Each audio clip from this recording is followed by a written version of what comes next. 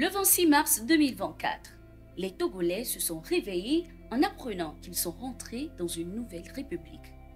La veille tard dans la nuit, les députés ont voté à une large majorité une proposition de loi portant révision de la Constitution. Le Togo passe d'un régime semi-présidentiel à un régime parlementaire. Le président de la République, élu pour un mandat unique de 6 ans, perd ses prérogatives au profit du président du Conseil. Ce nouveau chef du gouvernement, élu pour un mandat de 6 ans, a en réalité un pouvoir à vie tant que son parti obtient la majorité au Parlement. Cette réforme politique majeure effectuée sans consultation de la classe politique ni de la société civile coïncide avec une sortie de la société Mansa qui invitait les États francophones d'Afrique à réinventer leur régime politique. Certains Togolais ont vu d'étranges similitudes entre les propositions du groupe piloté par le journaliste Alain Foka et la nouvelle constitution togolaise à polémique. D'autres sont même convaincus que l'ancien employé de la chaîne française Radio France Internationale, RFI, a fortement influencé le projet officiellement porté par un groupe de députés issus de la majorité présidentielle et de l'opposition. Alain Foka, le panafricaniste, qui a inspiré plusieurs jeunes médias alternatifs africains, dont Tout TV Africa, cautionnerait-il un régime politique avec un pouvoir à vie pour le chef de l'exécutif? Le patron de Mansa serait-il tombé dans un éventuel piège du régime togolais? Mansa, disons-le, a eu le mérite d'expliquer en profondeur le régime politique qu'il propose pour les États africains. Et on constate effectivement que le groupe d'Alain Foka, tout comme les députés togolais, sont favorables à un régime parlementaire avec un chef de l'exécutif dénommé président du Conseil qui dirige réellement le pays. Le modèle que nous proposons est particulièrement disruptif, nous le reconnaissons. Nous devons aller vers un modèle où le chef de l'exécutif, que l'on pourra appeler Premier ministre, ou président du Conseil, ou président de l'exécutif, doit être le chef du parti majoritaire issu des élections. Il ne peut désigner une personnalité ou un de ses partisans pour gouverner, non. Il doit être lui-même aux commandes.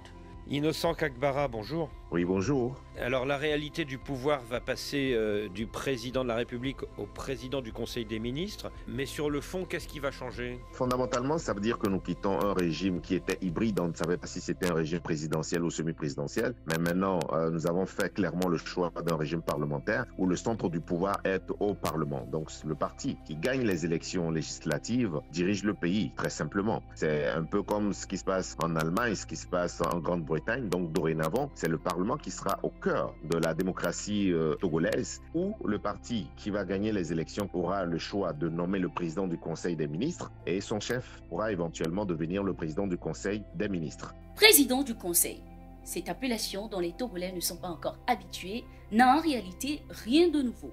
Il s'agit d'une vieille invention française qui remonte au 19e siècle. Charles-Maurice de Talleyrand-Périgord était le premier Français à porter ce titre en 1815. Déjà à l'époque, Louis XVIII disait, je cite, « Ce n'est pas le roi qui a la clé du vote, c'est le président du Conseil. » Fin de citation. Comme quoi, il n'y a rien de nouveau sous le soleil. À y voir de près, c'est tout ce que la nouvelle constitution du Togo a en commun avec la proposition de Mansa. En effet, le régime politique voulu par Alain Foka et ses amis est avant tout basé sur une vision commune. Autre préalable avant de se lancer dans la profonde et urgente refonte institutionnelle, la vision. Rien de sérieux ne peut se faire sans un objectif bien déterminé. Avant de parler des institutions et des gouvernants, il est important d'évoquer d'abord la vision. Nous devons d'abord définir ce que nous souhaitons être. Quel est notre objectif? Si vous vous levez chaque matin et sortez de chez vous sans direction définie, vous n'arriverez jamais nulle part, c'est évident. Un pays ne peut pas évoluer, ne peut pas connaître la croissance, ne peut pas apporter le bien-être à ses populations si un cap n'est pas clairement, préalablement défini. Ce que propose Mansa, c'est tout d'abord une vision. C'est la première des choses. Une vision, un cap qui serait fixé vers le progrès inclusif de nos concitoyens.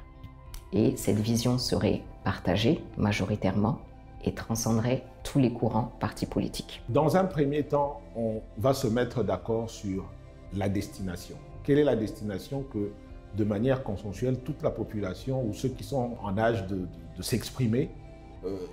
On veut aller. Et pourtant, la majorité des Togolais ignorent tout sur leur nouvelle constitution. Certains députés qui l'ont voté n'avaient même pas le texte sous leurs yeux lors de la plénière. Petite anecdote, un des députés qui s'interrogeait sur l'orthographe d'un mot a été obligé de demander à la présidente de l'Assemblée nationale de lui relire une partie du texte, à croire que c'est ce jour qu'il découvrait le document. Les partis politiques qui se regroupent régulièrement dans le cadre permanent de consultation n'avaient pas évoqué le sujet de révision de la Constitution. On peut comprendre aisément leur colère. Les évêques du Togo et les organisations de la société civile de leur côté invitent tout simplement le chef de l'État à ne pas promulguer ce texte à polémique. Alors que nous attendions impatiemment la réponse à notre demande d'audience adressée au président de la République, nous venons d'apprendre ce matin avec grand étonnement que l'Assemblée nationale a adopté la modification de la Constitution pour faire passer le Togo d'un régime semi-présidentiel à un régime parlementaire ce 25 mars 2024. Voilà pourquoi nous, évêques catholiques du Togo, venons par la présente déclaration exhorter le chef de l'État à surseoir à la promulgation de la nouvelle Constitution et à engager un dialogue politique inclusif après les résultats des prochaines élections législatives et régionales.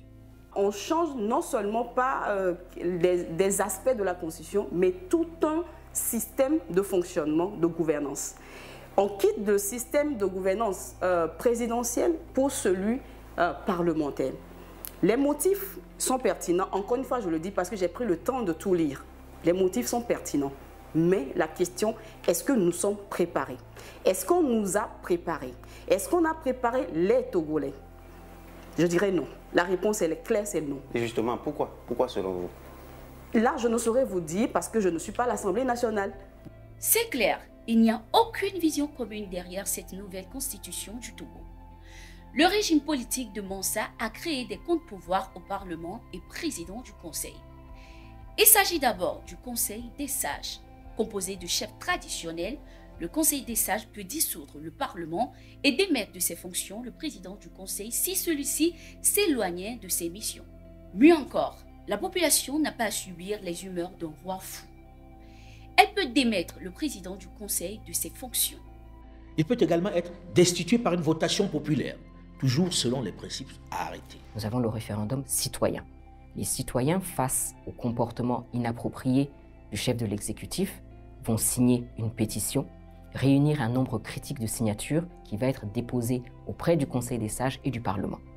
Si le Parlement ne prend pas ses responsabilités et si le Conseil des sages estime de manière objective et sur la base de critères préalablement convenus qu'effectivement le chef de l'exécutif a dévié, il en informera le Parlement, de son avis en tout cas.